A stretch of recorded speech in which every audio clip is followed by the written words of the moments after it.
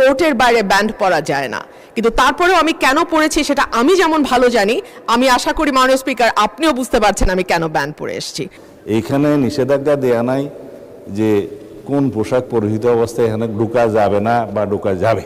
আমরা তনু হত্যার আসামিকে দীর্ঘ 15-17 বছরে যে রেকর্ড নাই সেই রেকর্ড ভঙ্গ করে আমরা তনু হত্যার আসামি ডিএনএ রিপোর্টের উপর ভিত্তিতে আমরা অ্যারেস্ট করতে সক্ষম হয়েছি মাননীয় স্পিকার। দলীয় পরিচয়ের ভিত্তিতে এখানে কোনো পুলিশ কোনো অ্যারেস্ট গ্রেফতার করা হয় না, করছে না। ব্যারিস্টার রুমিন ফারহানা মুগ্ধ হয়ে আমার বক্তব্য শুনেন আমি খুব কৃতার্থ হলাম।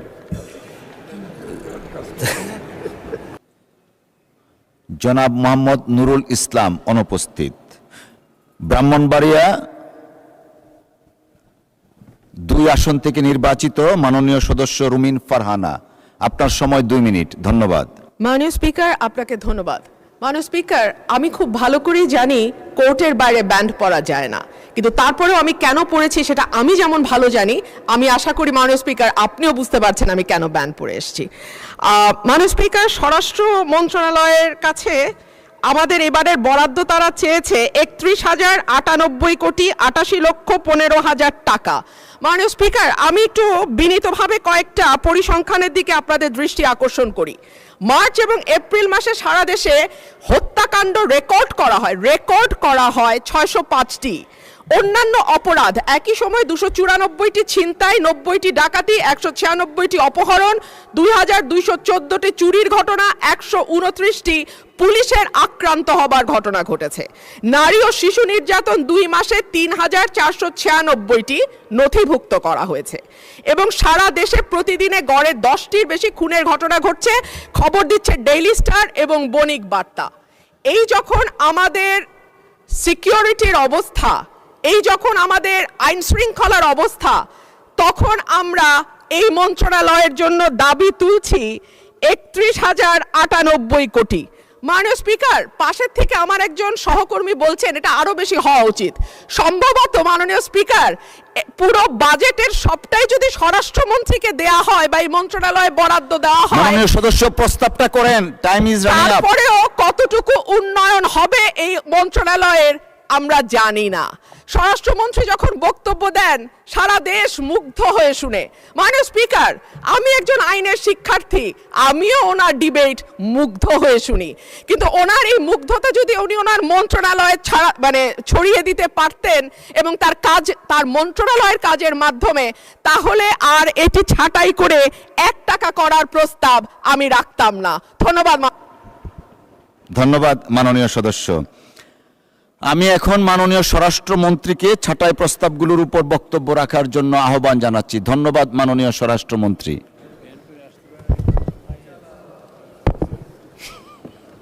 মাননীয় স্পিকার, আপনাকে ধন্যবাদ।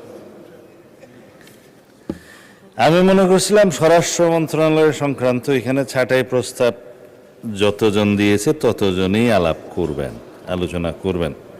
তো 3 জনের মধ্যে 2 জনই দিয়েছে। প্রথম জন মাননীয় সংসদ সদস্য জনাব মোহাম্মদ আব্দুল খালেক সাতক্ষীরা 2, তিনি প্রস্তাব দিয়েছেন গ্রাম পুলিশ দিয়ে মাদক সহ দুর্নীতি বন্ধ করা যায় কিনা এটা দেখা। মাননীয় স্পিকার, মাদক দ্রব্য অপব্যবহার সংক্রান্ত যে আইনটা সংশোধনী গত কয়েকদিন আগে পার্লামেন্টে উত্থাপন করেছে, তার উপরে স্থায়ী কমিটিতে আলাপ আলোচনা হয়েছে। আজকে সেটার উপরে কমিটির রিপোর্ট হয়তো উপস্থাপন হতে পারে, যতটুকু আমরা আলোচনা করেছি। আজকে যেহেতু 30 তারিখের পরে পার্লামেন্ট সেশন কয়েকদিনের জন্য বন্ধ হবে, সেই জন্য মনে হয় না সেটা আজকে আমরা বিবেচনার্থে গ্রহণ করার জন্য উত্থাপন করতে পারবো কিনা। তবে জুয়া প্রতিরোধ আইনটা বিবেচনার্থে গ্রহণ করার জন্য আজকে অর্ডার অফ দি ডেতে আপনি রেখেছেন। আশা করি সেটা আজকে আমরা বিরোধী দলের সহযোগিতায় পাশ করতেও পারবো হয়তোবা। আইন শৃঙ্খলা পরিস্থিতি উন্নয়নের জন্য, যেহেতু দেশের শান্তি শৃঙ্খলা আইন শৃঙ্খলা পরিস্থিতি যদি উন্নত থাকে, তাহলে উন্নয়ন, অগ্রগতি, স্থিতিশীলতা, শান্তি সবকিছুই বজায় থাকে। Based on that. সেজন্য আমাদের মাননীয় প্রধানমন্ত্রী এই বাজেট যখন আমরা ক্যাবিনেটে অ্যাপ্রুভাল দেই, প্রথাগতভাবে যেদিন বাজেট উপস্থাপন করা হয় সেদিন তিনি নিজে জিজ্ঞেস করেছেন স্বরাষ্ট্র মন্ত্রণালয়ের বাজেট বরাদ্দ একটু বলেন আবার কত বৃদ্ধি হলো না কেন।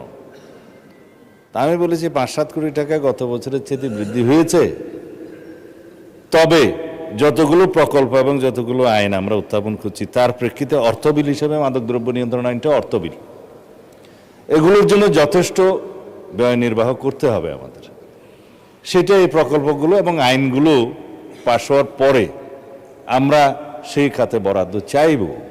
মাননীয় অর্থমন্ত্রী হয়তো দয়া করে যেগুলো থোক বরাদ্দ রেখেছেন ওখান থেকে প্রকল্প ওয়াইজ বরাদ্দ দিবেন।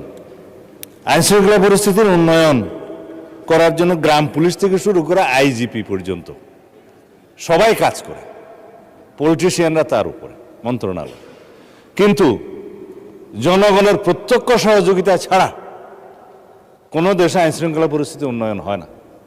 সেই জন্য সামাজিক মোটিভেশন দরকার, রাজনৈতিক দলগুলো সেরকম সচেতনতা বৃদ্ধির জন্য কাজ করা দরকার।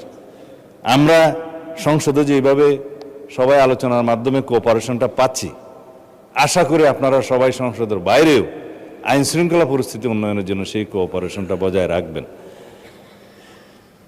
সুতরাং জনাব আব্দুল খালেকের বক্তব্যের প্রেক্ষিতে আমি তাকে ধন্যবাদ দিতে চাই যে তিনি সেই গুরুত্বটা অনুধাবন করেছেন।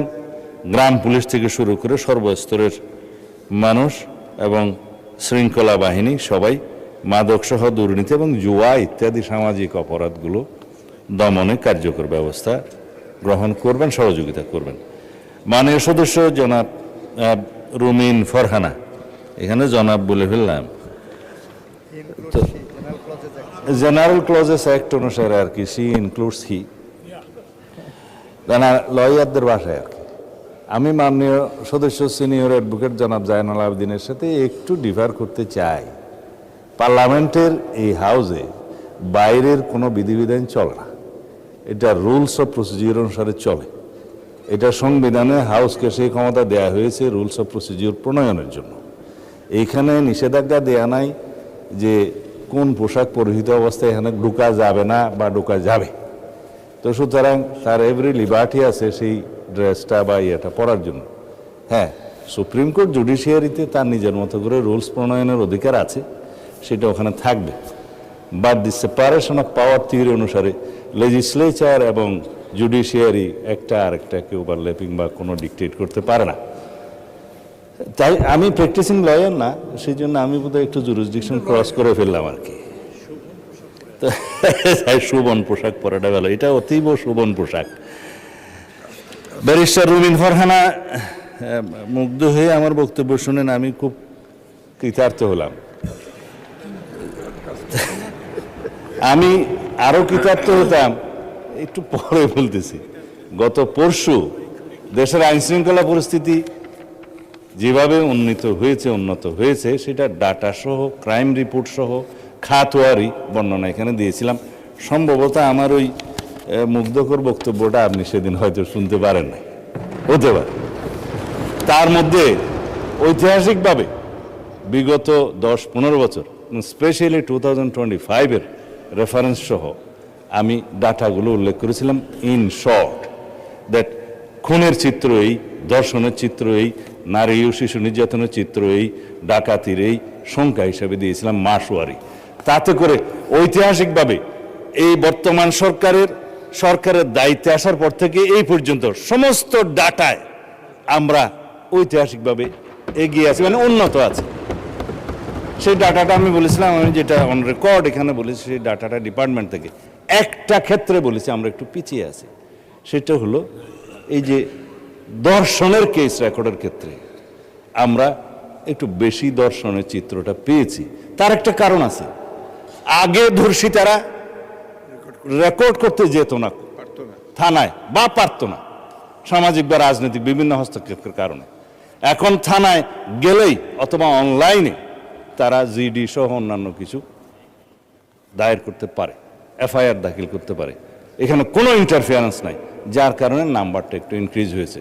তবে সুখের কথা হলো ধর্ষণ যেখানেই হোক, শিশু হোক, নারী হোক, যে অবস্থাতেই হোক, আমরা তাৎক্ষণিকভাবে সেটা পুলিশ ডিপার্টমেন্ট অ্যারেস্ট সহ চার্জশিট প্রদানের জন্য এবং মামলায় সহযোগিতা করার জন্য সাক্ষী উপস্থাপন সহ ট্রায়ালের সমস্ত ক্ষেত্রে একটা বৈপ্লবিক পরিবর্তন দেখতে পেয়েছি, যার জন্য রামিসা হত্যার বিচার হয়েছে 15 থেকে 17 দিনের মধ্যে। মাননীয় বিরোধী দলীয় নেতা দাবি করেছিলেন 15 দিনের মধ্যে বিচার করতে হবে, 17 দিনে বিচার হয়েছে। এটা বাংলাদেশের রেকর্ড। আমরা তনু হত্যার আসামিকে দীর্ঘ 15-17 বছরে যে রেকর্ড নাই, সেই রেকর্ড ভঙ্গ করে আমরা তনু হত্যার আসামি ডিএনএ রিপোর্টের উপর ভিত্তিতে আমরা অ্যারেস্ট করতে সক্ষম হয়েছি মাননীয় স্পিকার। বাকিগুলো আইন শৃঙ্খলা পরিস্থিতি উন্নয়নের ক্ষেত্রে বলতে চাই, চট্টগ্রামের বাকুলিয়া একটা শিশু ধর্ষণের প্রচেষ্টা হয়েছিল, সেটা তাৎক্ষণিকভাবে অ্যারেস্ট হয়েছে এবং সেটাও মামলা চার্জশিট দাখিল করা হয়েছে সম্ভব। এইভাবে সমস্ত জায়গায় আমি আরেকটা বিষয় উল্লেখ করবো না, যেহেতু আমাদের অ্যাটমসফিয়ারটা খুব ভালো আছে।